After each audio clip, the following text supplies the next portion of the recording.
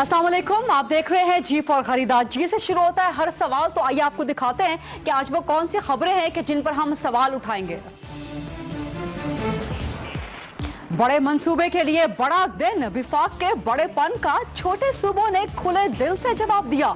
इक्तिसादी राहदारी तनाज़ा खत्म हो गया, मगरबी रूट पहले बनेगा, 2.5 साल में मुकम्मल होगा, वज़ीर आज़म ने पक्का वादा कर लिया। हुकूमत सिंध डॉक्टर आसिम को बचाने के लिए सरगर्म, मुतनाज़ा क्रिमिनल प्रोसिक्यूशन तरमीमी बिल मंजूर करवा लिया। करप्शन हो या दहशतगर्दी, अब हुकूमत सिंध कोई भी मुकदमा खत्म करवा सकेगी। वज़ीर आज़म की हिदायत के बाद 2 हफ्ते हो गए, चौधरी निसार कराची ना आए। क्या रेंजर्स इख्तियारात पे सिंध के तहफ़्फ़ुज़ात खत्म हो गए, या सिंध और विफाक की खामोशी 5 फरवरी के बाद नया तूफान खड़ा करेगी? अमेरिका ने पाकिस्तान मुखालिफ ग्रुप दाइश खुरासान को आलमी दहशतगर्द तंजीम करार दे दिया। दहशतगर्दी के खिलाफ जंग में पाकिस्तान के लिए और अफगान अमन अमल में अफगानिस्तान के लिए अच्छी खबर है। और ऑनलाइन तहरीर के जरिए मौलाना मसूद अजहर की कलमी नाम सईदी के तहत हुकूमत को खुली धमकी। पाकिस्तान में यूट्यूब तो बंद है, लेकिन कलदम तंजीमों को ऑनलाइन प्रोपेगेंडा करने की खुली छूट है।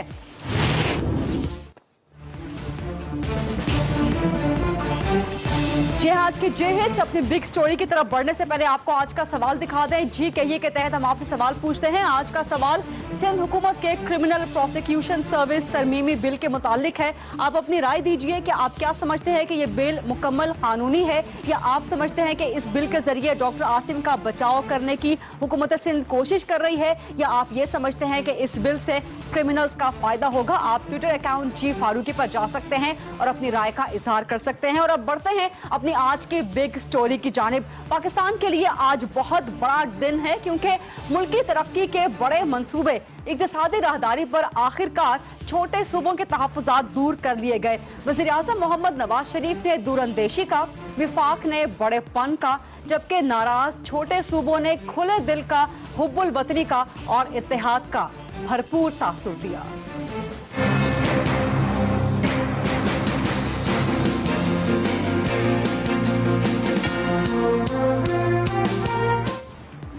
इक्तिसादी राहदारी पर वज़ीर आज़म के ज़ेर सदारत अहम इजलास में 4 अहम फैसले किए गए। सबसे बड़ा फैसला तो ये कि इक्तिसादी राहदारी का मगरबी रूट पहले बनेगा, 2.5 साल में मुकम्मल होगा, जुलाई 2018 में यह मुकम्मल कर लिया जाएगा और वज़ीर आज़म खुद इस मगरबी रूट की सुपरविजन करेंगे।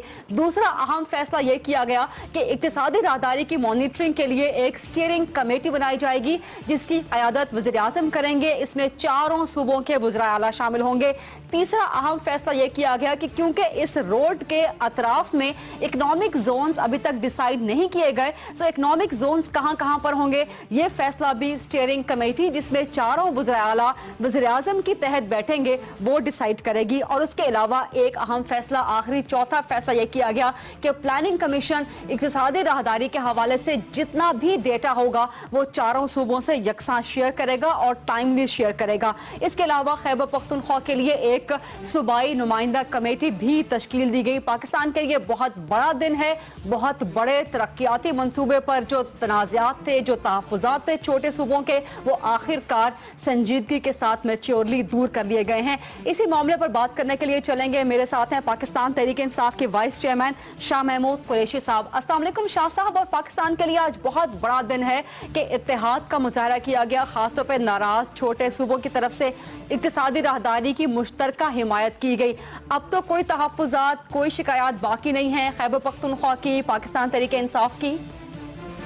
देखिए, पहली बात तो ये है कि खैबर पख्तूनख्वा हो या दीगर छोटे सूबे हों, उन्होंने राहदारी की पहले भी हिमायत की थी और आज भी की है।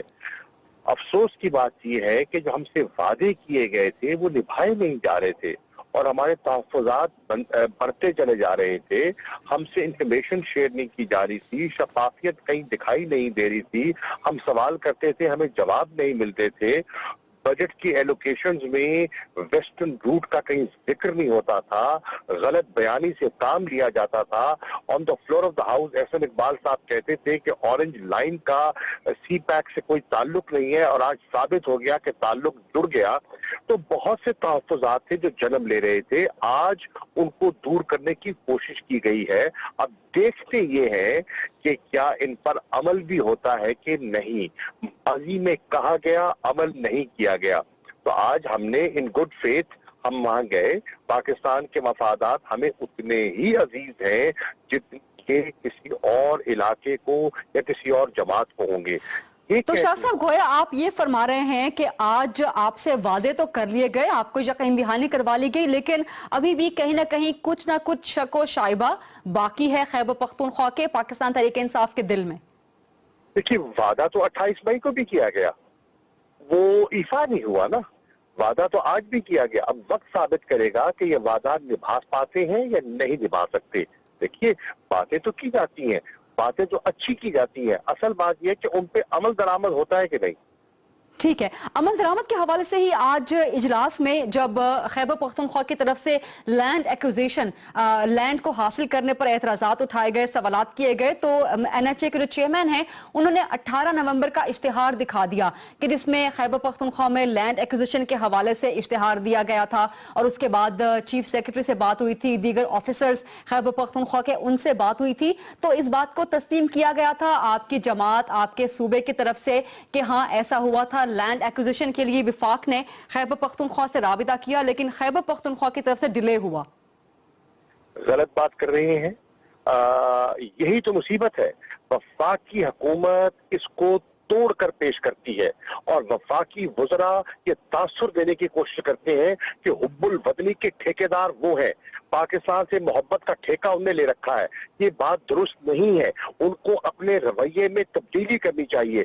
यही रवैया था जिसने छोटे सूबों में एहसासे महरूमी पैदा किया था, और जो प्रोविंशियल ऑटोनॉमी की जद्दोजहद थी इसी रवैये की वजह से थी जो आज हम देख रहे थे। ये तंजिया बातें करना, ये तोड़ मोड़ कर हकायक को पेश करना, इस रवैये को बदलना होगा। आज भी गलत बयानियों से काम लिया जा रहा है। हम इसको दरगुजर किया है, और हम समझते हैं कि पाकिस्तान के मफाद में ये मंसूबा हमारा है।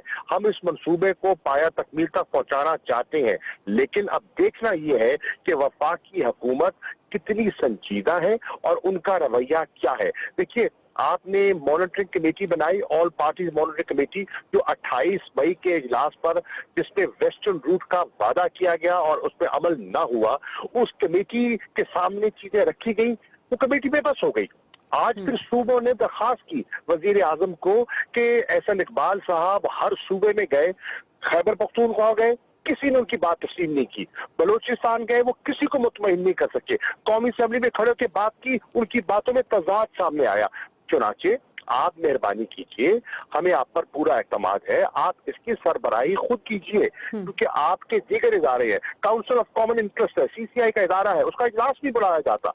तो मैं इसी तरफ आ रही थी शाह साहब, जो CCI के इजलास के बारे में आज बात की गई, उस पर वज़ीर आज़म साहब ने कोई यकीन दहानी करवाई कि काउंसिल ऑफ कॉमन इंटरेस्ट का इजलास कितनी जल्दी बुलाया जाएगा? जी नहीं, उस पर कोई बात नहीं हुई। ठीक है, अब लैंड एक्विजिशन का मामला जरा हल कर लें आपसे गुफ्तगू में। खैबर पख्तूनख्वा से लैंड एक्विजिशन के लिए राबिता किया है विफाक ने? देखिए मैं करूं, खैबर पख्तूनख्वा के वजीर आला है, एक इलेक्टेड गवर्नमेंट है। ये जो चेयरमैन NHA हैं, उन्हें बराए मेहरबानी एक तरीका कार के मुताबिक चलना चाहिए। उनको चीफ मिनिस्टर साहब से राब्ता करना चाहिए, वो चीफ एग्जीक्यूटिव है उस प्रोविंस के, और वो भी हिदायत जारी करेंगे। ठीक है, अब एक्विजिशन से पहले सर्वे होगा, उसके पहले लवाजमात की होती हैं, और उन लवाजमात के बारे में तो मुझे आज तासुर मिला है कि chief minister fully on board नहीं थे। ये देखिए, इश्तिहार दे देना, ये चलाकियां जो करते हैं ना ये ब्यूरोक्रेट्स बाबू जो है, इनको इन चलाकियों को बंद कर देना चाहिए, और अब खुले तरीके से सबको एतमाद में लेकर चलना चाहिए। बलोचिस्तान है, उनके तहफ़्फ़ुज़ात हैं, क्या खैबर पख्तूनख्वा की दीगर जमातें जिनके साथ हमारा सियासी ताल्लुक नहीं है, मिसाल के तौर पर ANP और PTI में कोई कुर्बत नहीं है। आपने देखा पीपल्स पार्टी का, लेकिन Jamaat Islami, peoples party, ANP, असदजई साहब, हत्ता के मुस्लिम लीग नून के लोग जो खैबर पख्तूनख्वा के हैं, वो भी अपने वफाकी वज़रा पर अदम एतमाद का इजहार कर रहे हैं। ठीक है, बहुत शुक्रिया आपका शाह महमूद कुरैशी, वाइस चेयरमैन पाकिस्तान तहरीक इंसाफ, जो कि आज वज़ीर आज़म की ज़ेर सदारत पार्लिमानी लीडर्स के इजलास में भी शरीक थे, एतमाद का इजहार कर रहे थे वज़ीर आज़म साहब की ज़ेर क़यादत आज होने वाले इजलास में और वज़ीर आज़म साहब की शख्सियत पर, लेकिन साथ ही इस तहफ़्फ़ुज़ात का इजहार भी कर रहे थे कि वादे 28 मई को भी किए गए थे और वादे आज 15 जनवरी को भी किए गए हैं। देखना यह है कि विफाक इन वादों पर अमल कैसे करता है और विफाक को अपना रवैया छोटे सूबों के साथ बदलना होगा। प्रोग्राम में शामिल करते हैं एक छोटी सी ब्रेक और उसके बाद हम डिस्कस करेंगे सिंध असेंबली से पास किया जाने वाला आज हंगामी तौर पे क्रिमिनल प्रोसिक्यूशन सर्विस बिल। इसके हंगामी तौर पर पास किए जाने के पीछे असल वजह क्या है, ये बताएंगे आपको ब्रेक के बाद।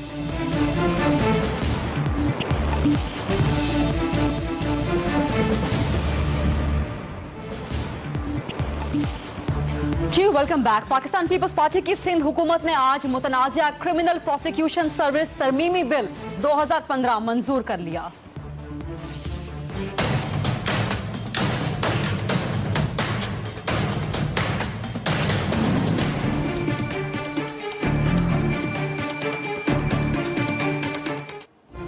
इस मुतनाज़िया बिल की हंगामी मंजूरी के लिए सिंध असेंबली के रूल्स को भी आज नजरअंदाज कर दिया गया। आज इस बिल को सिर्फ इंट्रोड्यूस करवाया जाना था, लेकिन अपोजिशन के शदीद एहतजाज के बावजूद इस बिल को मंजूर करवा लिया गया। इस बिल के जो अहम नकात हैं, इसके तहत हुकूमत सिंध किसी भी अदालत से कोई भी मुकदमा, चाहे वो करप्शन का हो, दहशतगर्दी का हो, उसे खत्म करवा सकती है। मुकदमा खत्म करवाने के लिए अदालत की मंजूरी लेनी होगी। हुकूमत सिंध 7 साल तक की सजा वाला कोई भी मुकदमा खत्म करवा सकती है और इस बिल के जरिए प्रोसिक्यूटर जनरल सिंध को एक और इख्तियार मिल गया है कि वो दीगर इदारों से कोई भी सीक्रेट डॉक्यूमेंट हासिल कर सकेगा।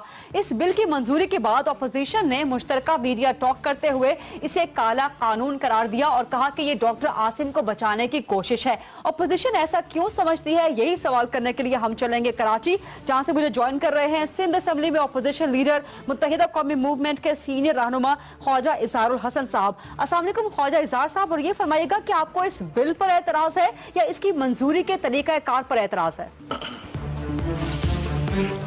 हमें दोनों पर एतराज है। हमने अपनी आज सुबह पार्लिमानी पार्टी में उसूली तौर पर तय कर लिया था कि ये बिल आएगा तो हम इसमें उन क्लॉजेस को डिलीट करने की अमेंडमेंट दाखिल करेंगे जिसमें सिंध हुकूमत को बिल्कुल एक अल्टीमेट पावर मिल जाती है किसी भी मुकदमे के अंदर प्रोसिक्यूशन के जरिए अदालतों से मुकदमे वापस लेने की। मैं ये भी ज़रूर कहूँगा कि यकीनन इस बिल का तरीक़ाकार बिल्कुल चेंज था, गैर आईनी था। डिप्टी स्पीकर साहबा ने बहुत ही मुतनाज़े किस्म का रोल अदा किया। खुद पहले वर्डिंग दी कि आज तो इंट्रोड्यूस हो रहा है, फिर पीपल्स पार्टी की तरफ देखा और पीपल्स पार्टी के वुज़रा की डिक्टेशन लेते हुए अपनी उस निशस्त के साथ ज्यादती की और इस बिल को आउटराइटली बगैर किसी बहस के एक मोशन के जरिए कंसिडरेशन में लाकर मंजूर करवाया। दूसरी बात यह थी कि ऐसा क्या था, हमेशा तो ये होता है कि पीपल्स पार्टी के वुज़रा जब बिल लाते हैं तो पहले वो बिल इंट्रोड्यूस होता है, फिर उस पर लंबी लंबी तकारीर करते हैं, जमहूरियत के सम्राट बताते हैं, बिल की गर्ज व गायत और तारीफों के पुल बांधते हैं, कोई पौन घंटे तकरीरें होती हैं उनके वुज़रा की। ऐसा क्या था कि ये आनन फानन में बिल्कुल उसी तरीके से जिस तरह रेंजर्स की रेजोल्यूशन लाए थे और लाकर और इसको लपेट के और फौरन पास करा लिया गया।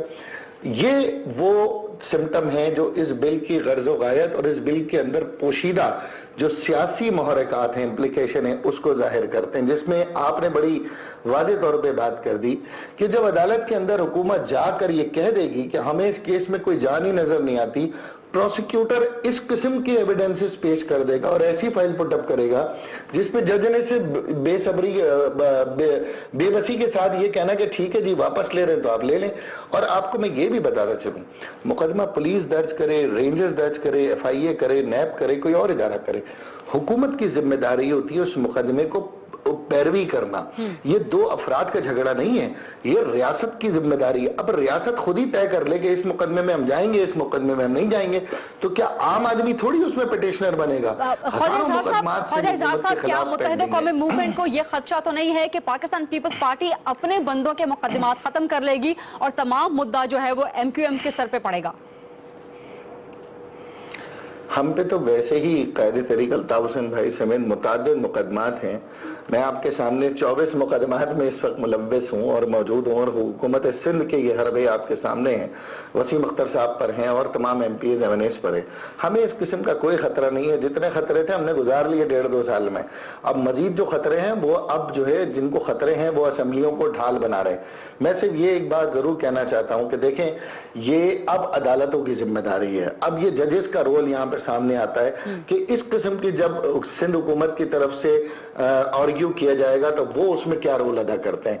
हमने बहैसियत अपोजिशन अपना काम बड़ी दयानतदारी ईमानदारी से किया। आज पूरी दुनिया के सामने हमने इस बिल को बेनकाब किया और आइंदा भी करते रहेंगे। लेकिन सिंध हुकूमत अगर इस तरह की मनमानी कर रही है तो फिर ये जमहूरियत नहीं है, ये आमरियत है। और असेंबलियों को अपनी जाती जागीर बनाकर इस तरीके से इस्तेमाल करना, ब्रूट मेजोरिटी के जरिए, लोगों का कोई मसला नहीं, घर पे कोई बात नहीं। पहले रेंजर्स इख्तियारात की करारदाद आई थी तो मुत्तहिदा कौमी मूवमेंट की तरफ से पीपल्स पार्टी की सख्त मुखालिफत हुई थी और एक तरह से रेंजर्स के लिए सॉफ्ट स्टैंस लिया गया था।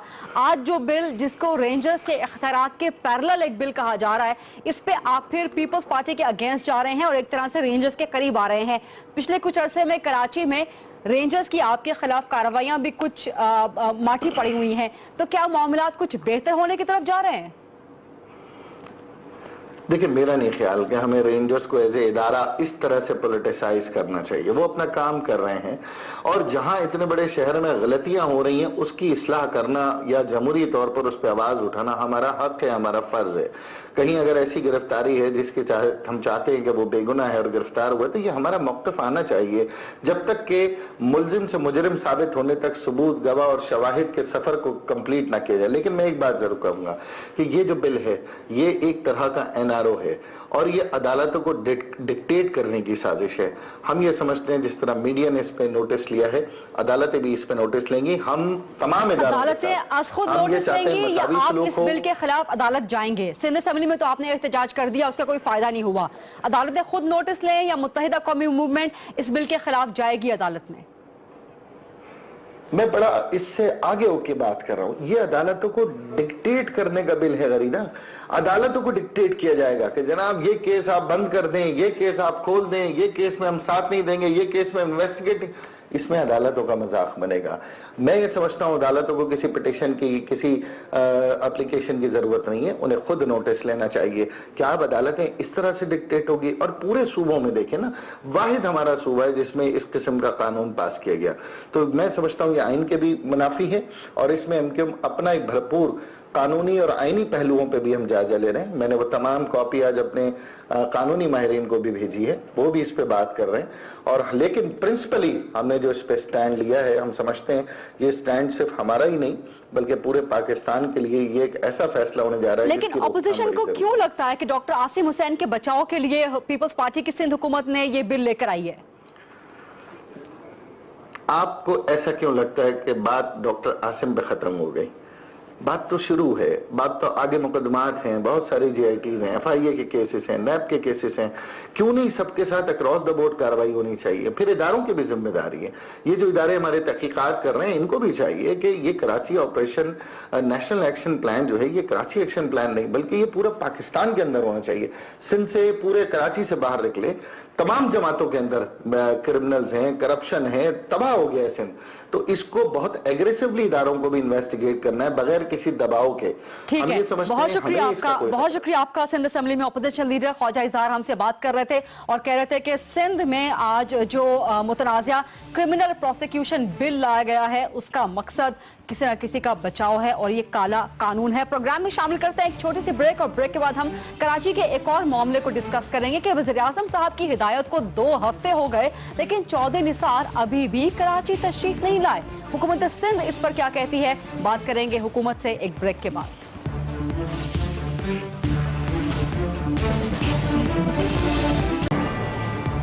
رینجرز اختیارات کے تنازع پر حکومت سندھ کے تحفظات دور کرنے کے لیے وزیراعظم محمد نواز شریف نے 2 ہفتے پہلے وزیر داخلہ چودھری نثار کو ہدایت کی تھی کہ وہ کراچی پہنچیں اور حکومت سندھ کے تحفظات دور کریں، لیکن 2 ہفتے گزرنے کے باوجود چودھری نثار کراچی نہیں آئے۔ 5 فروری کو رینجرز اختیارات کے وفاقی نوٹیفیکیشن کی مدت ختم ہو رہی ہے، اور اگر 5 فروری سے پہلے چودھری نثار کراچی نہیں آتے تو پھر غالب امکان یہی ہے کہ وفاق اور سندھ کے درمیان رینجرز اختیارات کو لے کر تنازع ایک اور خطرناک صورتحال ایک بار پھر اختیار کر سکتا ہے۔ اس پہ حکومت سندھ کیا کہتی ہے، یہ جاننے کے لیے ہم چلیں گے کراچی۔ وہاں سے مجھے جوائن کر رہے ہیں وزیر خزانہ سندھ مراد علی شاہ صاحب۔ السلام علیکم مراد علی شاہ صاحب۔ اور وزیر اعظم کی ہدایت کے بعد سے 2 ہفتے ہو گئے لیکن چودھری نثار صاحب کراچی نہیں آئے، کیا آپ کا انتظار ختم ہو گیا ہے یا سندھ حکومت کے تحفظات ختم ہو گئے ہیں؟ وعلیکم السلام جی، لیکن چودھری نثار صاحب نہیں آئے، میں یہی کہوں کہ بہت ہی نامناسب بات ہے، اس لیے کہ 2 ہفتے پہلے جو میٹنگ ہوئی تھی، تقریباً پورے 2 ہفتے گزر گئے، بلکہ 2 ہفتے سے زیادہ ہیں، اس میٹنگ میں پرائم منسٹر صاحب نے انہیں ہدایت کی تھی کہ آپ کراچی جائیں تاکہ یہ مسئلہ جو ہے جو اس میں کوئی ایسا حل کرنے والا ہوگا تو آپ بیٹھ کے سب حکومت کے ساتھ حل کریں۔ انہوں نے خود بھی کنفرم کیا تھا میٹنگ کے دوران کہ میں اگلے ہفتے آؤں گا، لیکن وہ اگلا ہفتہ پورا گزر گیا، اس سے اگلا ہفتہ بھی آج ختم ہو گیا۔ تو آپ صحیح کہہ رہی کہ 2 ہفتے نہیں آئے، میں یہی کہہ سکتا ہوں کہ بہت ہی نامناسب ہے، اور جو کراچی آپریشن کو فیڈرل گورنمنٹ کہہ رہی ہے کہ جی ہم اتنا سپورٹ کر رہے ہیں، تو ان کے اگر فیڈرل منسٹر انٹیریئر 2 ہفتے کے لیے نہ صرف آئے نہیں، بٹ جہاں تک مجھے پتا ہے، بلکہ میں کنفرم کر سکتا ہوں، آج چیف منسٹر صاحب سے آج بھی میری بات ہوئی تھی، انہوں نے بتایا کہ نہ انہوں نے کانٹیکٹ کیا ہے، نہ یہ کہا ہے کہ جی مجھے دیر ہو جائے گی یا کوئی اور میں مصروف ہو گیا ہوں، مطلب انہوں نے کال کرنا یا کچھ لکھنا بھی مناسب نہیں سمجھا ہے۔ میں اس سے یہی کہوں گا کہ یہ بہت ہی غیر سنجیدہ ان کا بیہیویئر ہے چودھری نثار صاحب۔ مراد علی شاہ صاحب، اگر چودھری نثار 5 فروری تک نہیں آتے تو اس کے بعد حکومت سندھ کیا کرے گی؟ رینجرز کو ایک بار پھر مشروط اختیارات کا نوٹیفیکیشن یا قرارداد لے کر آئے گی؟ دیکھیں میری بات سنیں، جو سندھ اسمبلی میں حکومت سندھ ایک قرارداد لے گئی تھی، جی، اس قرارداد میں کوئی ایسی چیز نہیں تھی جو کہ قانون کے دائرے سے باہر ہو۔ اس کے اندر جو بھی کنڈیشنز لگائی گئی تھی، وہ کنڈیشنز ہمیں اینٹی ٹیررسٹ ایکٹ جو ہے اس کے اندر بھی ہمیں اتھارٹی ہے وہ کنڈیشنز ڈالنے کی۔ اس کے علاوہ جو رینجرز کی کریشن کا اپنا آرڈیننس ہے، رینجرز آرڈیننس آف 1959، اس کے اندر بھی بہت کلیئرلی ہے کہ number 1 Rangers under the superintendence of the provincial government, مجھے کلازز یاد نہیں، اگر کلاز 3 ہے اور ایک اور کلاز 8 اس میں ہے، they will follow all directions of the provincial government when operating within a province۔ تو میں صرف یہ آپ کو بتا دوں کہ اس رینجرز نے کوئی بھی ایسا کام نہیں کیا ہے جہاں تک مجھے اطلاع ہے جو کہ اس قرارداد میں جو کنڈیشنز ڈالی تھی ان سے باہر ہو۔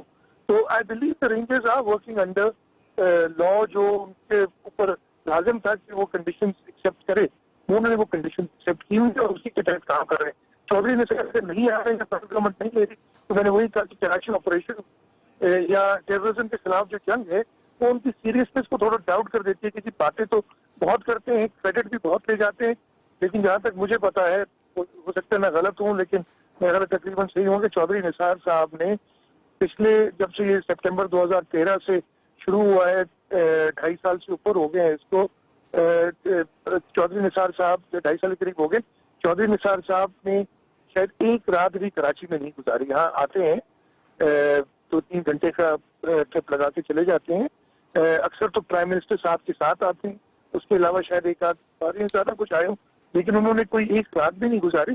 تو وہ پھر جو ان کی کلیمز ہے نا ریگارڈنگ دی آپریشن، وہ تھوڑی میرے خیال ٹھیک نہیں ہے۔ سارا کے سارا اس میں پالیسی میکنگ حکومت سندھ کی ہے، کہیں کہیں جب پالیسی سے دور ہوئے تو ہمیں وہ ایکسٹریم اسٹیپس اٹھانے پڑے، ہم نے اٹھائے، اور جیسے میں نے کہا کہ رینجرز مراد علی شاہ صاحب، آپ بڑی انٹرسٹنگ بات کر رہے ہیں کہ آپ کے نزدیک رینجرز جو کام کر رہی ہے کراچی میں وہ سندھ حکومت کی مشروط قرارداد کے تحت کر رہی ہے، وفاقی حکومت کے نوٹیفیکیشن کے تحت نہیں کر رہی۔ بہرحال موونگ فارورڈ آپ میرے ساتھ ہیں تو آپ سے ذرا بات کر لیں، جو متنازعہ کرمنل پروسیکیوشن سروس بل آپ کی حکومت نے آج سندھ اسمبلی میں منظور کروایا ہے، اس پہ شدید ہنگامہ ہے۔ کچھ لوگ یہ کہہ رہے ہیں کہ یہ رینجرز کے اختیارات کے پیرلل ایک بل ہے، اپوزیشن یہ کہہ رہی ہے کہ یہ کالا قانون ہے، ڈاکٹر عاصم کو بچانے کی کوشش ہے، آپ کیا کہیں گے؟ میرا یہ خیال ہے کہ کوئی اس قانون کو سمجھے ہی نہیں، بغیر سوچے سمجھے ایک پروڈکٹ جو لگانی تھی نا ہم وہ کر رہے ہیں. کرمنل پروسیکیوشن ایکٹ کی ہسٹری وہ ذرا دیکھ لیں. یہ ورلڈ بینک نے چاروں صوبوں کو اسسٹنس دی تھی. ایک جو ہے justice programme, access to justice programme تھا جو 2006 میں، تب سے کرمنل پروسیکیوشن آرڈیننس آیا تھا اس وقت، اس لیے کہ اس زمانے میں انہوں نے اس کو اسمبلی سے پاس نہیں کرایا تھا. پھر جب ہماری حکومت آئی تو وہ آرڈیننس کو ایکٹ کی شکل دی گئی. اس پہ ہم نے اس وقت کچھ تراوین کی تھی جو کہ ان ہائنڈسائٹ ہم نے کہا ہے کہ وہ مناسب نہیں تھی، اور اس میں کچھ نہیں کیا ہے. اس میں پروسیکیوٹر جنرل کو ایڈمنسٹریٹو اختیار سارے دیے گئے. ادروائز یہ لا ڈپارٹمنٹ کے پاس ہوتے تھے اختیار. جو کام لا سیکرٹری کرتا تھا وہ پروسیکیوٹر جنرل صاحب کریں گے. تو اس سے کسی کو بچانا مطلب کہ لا سیکرٹری اگر خدا نہ خواستہ اس سے کوئی الٹیریئر موٹو ہوتا تو لا سیکرٹری وہ کام نہیں کرتے کہ جو ہم الٹیریئر موٹو میں کر سکتے. ایسی کوئی بات نہیں ہے. یہ وہی قانون ہے جو 2006 میں تھا. اور اس قانون میں ایک اور بھی آپ کو بات بتاؤں کہ ہائی کورٹ اور سپریم کورٹ کی سبسیکوینٹ ججمنٹ آئی تھی جس میں ہمیں کہا گیا تھا کہ یہ قانون کو آپ نے امینڈ کرنا ہے so that it is in line with law in all the other provinces, the other 3 provinces. Criminal prosecution services ہیں، اس کے پروسیکیوٹر جنرل کو اختیار دیا گیا ہے. باقی 3 صوبوں میں بالکل یہی قانون ہے. ہم نے بیچ میں اس میں امینڈمنٹ کی تھی کہ لا ڈپارٹمنٹ کو یہ اختیار دیا تھا، لیکن اب وہ واپس کرمنل پروسیکیوشن ڈپارٹمنٹ کو دے گئے. اس میں کوئی الٹیریئر موٹو نہیں ہے. اس کو ہم نے پہلے پاس کرانا تھا، بلکہ مجھے یہ تو ہم پچھلے سیشن جب ہمارا ہو رہا تھا اس میں کرانا چاہتے تھے، لیکن یہ رینجرز کا جو ایشو ہو گیا تھا اور ایک ہنگامہ آ رہی خامخواہ میں کریٹ کر دی گئی تھی، اس لیے ہو گیا. اس لیے آج انہوں نے پاس کیا ہے، اسمبلی نے آج پاس کیا ہے. اور میں تو یہ کہوں گا کہ کسی سے پڑھا نہیں ہے، بغیر سوچے سمجھے جو ہے نا تنقید. بہت شکریہ وزیر خزانہ سندھ مراد علی شاہ صاحب ہم سے بات کر رہے تھے. چودھری نثار صاحب کے رویے پر کڑی تنقید کر رہے تھے اور کہہ رہے تھے کہ 2 ہفتے گزر گئے، انہوں نے نہ تو حکومت سندھ سے کوئی رابطہ کیا ہے اور کراچی دورے پر تو وہ آئے نہیں وزیر اعظم صاحب کی ہدایات کے باوجود. اور مراد علی شاہ کہہ رہے تھے کہ چودھری نثار کراچی کے لیے غیر سنجیدہ ہیں اور ان کا رویہ نامناسب ہے. پروگرام میں شامل کرتے ہیں ایک چھوٹی سی بریک، اور بریک کے بعد ہم 2 اہم خبریں ڈسکس کریں گے. ایک تو داعش خراسان کو امریکہ نے عالمی دہشت گرد تنظیم قرار دے دیا ہے، اور دوسری خبر جیش محمد کی حکومت کو واشگاف الفاظ میں دھمکی سامنے آئی ہے. بات کریں گے ان دونوں خبروں پر بریک کے بعد. میرے ساتھ رہیے گا.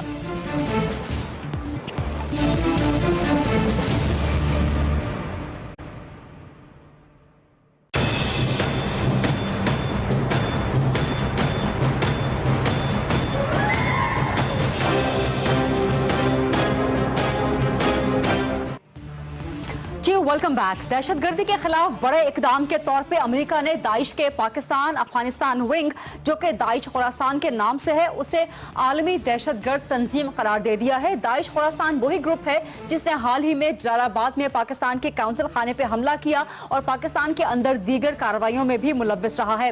امریکہ نے اپنے امیگریشن اینڈ نیشنلٹی ایکٹ کے سیکشن 219 کے تحت داعش خراسان کو عالمی دہشت گرد تنظیم قرار دیا ہے.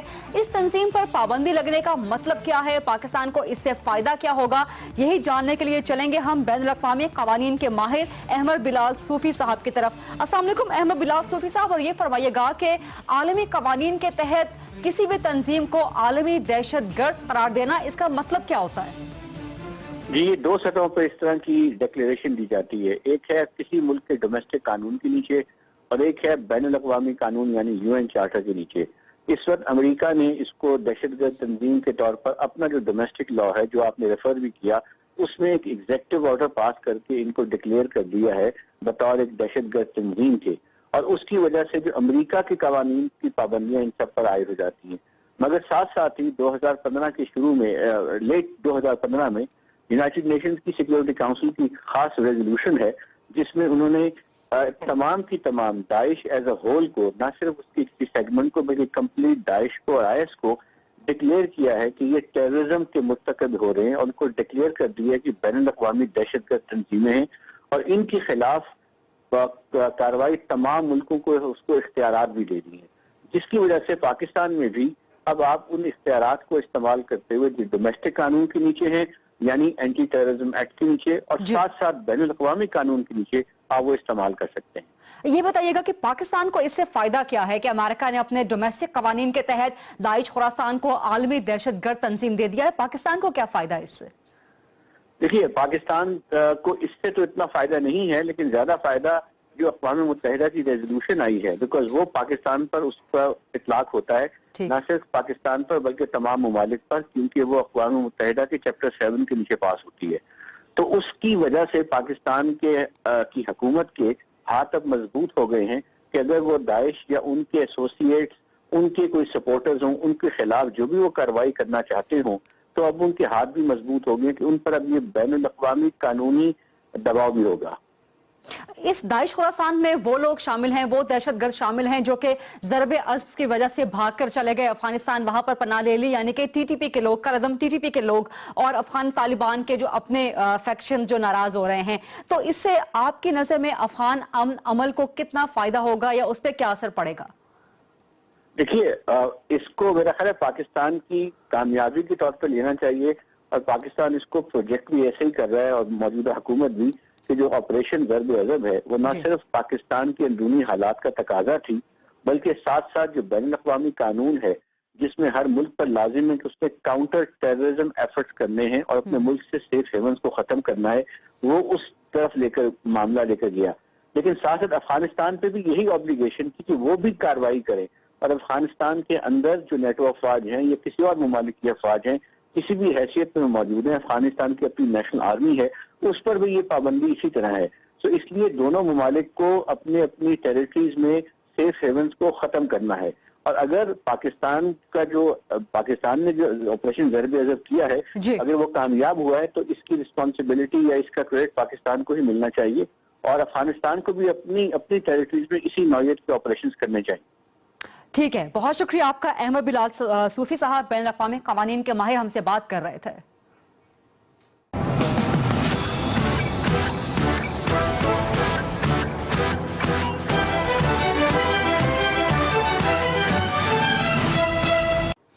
ابھی کچھ دیر پہلے ہم بات کر رہے تھے داعش خراسان کے حوالے سے، اور اب بات کریں گے کالعدم جیش محمد کے متعلق، جس کے خلاف حکومتی کارروائیوں پر سنگین سوالیہ نشان اٹھ رہا ہے، کیونکہ مولانا مسعود اظہر جو کہ حکومت کی حفاظتی تحویل میں ہے، ان کی ایک آن لائن تحریر ان کے قلمی نام سعیدی کے تحت سامنے آئی ہے، اور یہ تحریر جیش محمد کے آن لائن میگزین القلم میں شائع ہوئی ہے۔